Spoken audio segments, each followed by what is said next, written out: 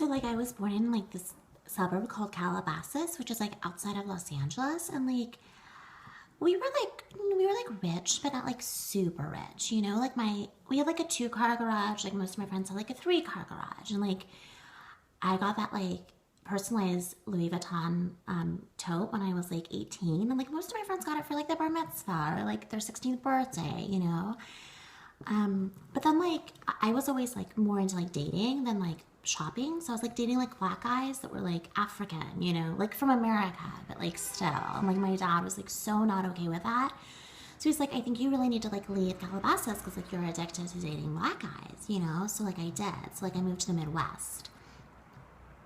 And I lived in a place called Castleton, which is outside Fargo in North Dakota. And I became a nurse. And I would drive 4 days, sometimes 5 days a week to the Mayo Clinic. And you know, I met the nicest people there. I did. Because when you work in medicine, you know, you're there to help. You know, you are. You're there to assist. You're there to be of service. It's a labor of love. But I started using the pills that the doctors were administering, you know, so that was the problem. So I was addicted to the pills, so I had to leave. And I thought, you know, it's a shame because I do like nursing, I do.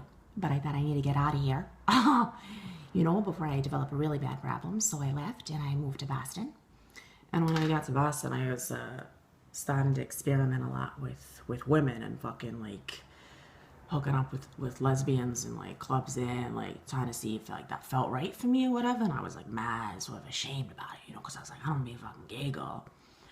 So I started like drinking a lot there and like smoking mad weed, like a lot of fucking, I mean like sorry, like dank weed, right? Like kush and selling and dealing. And I got so drunk one time too and so lit at Fenway Park in the middle of a game. I got thrown out by the security guards. Like that was, I blacked out, so I don't even fucking remember it.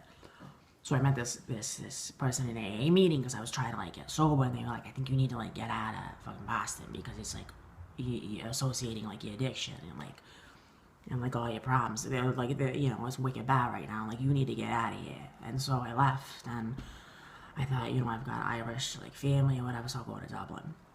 So I got to Dublin, and it was just so grand. You know, it's so beautiful, and I fell in love with a guy called Frank Rory McElhaney there. It's so Irish, I know.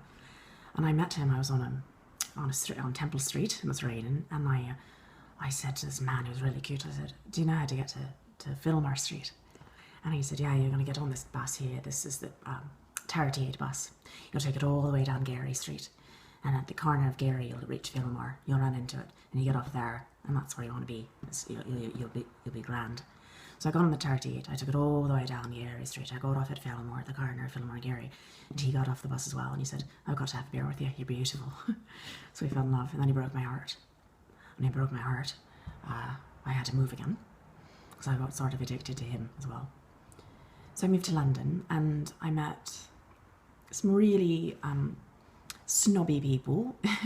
And I also met some really lovely people as well. And I worked at Harrods. And I just love being so stimulated by everything and really like feeling completely immersed in the English culture and having tea and having digestive biscuits and blood pudding and really sort of assimilating. And it was great until I started shoplifting for a high at Harrods, and I just was completely obsessed with the clothing and the jewellery and even the ice cream at times, you know, started eating a bit compulsively there because it just like, it's like being a child in a candy shop, really.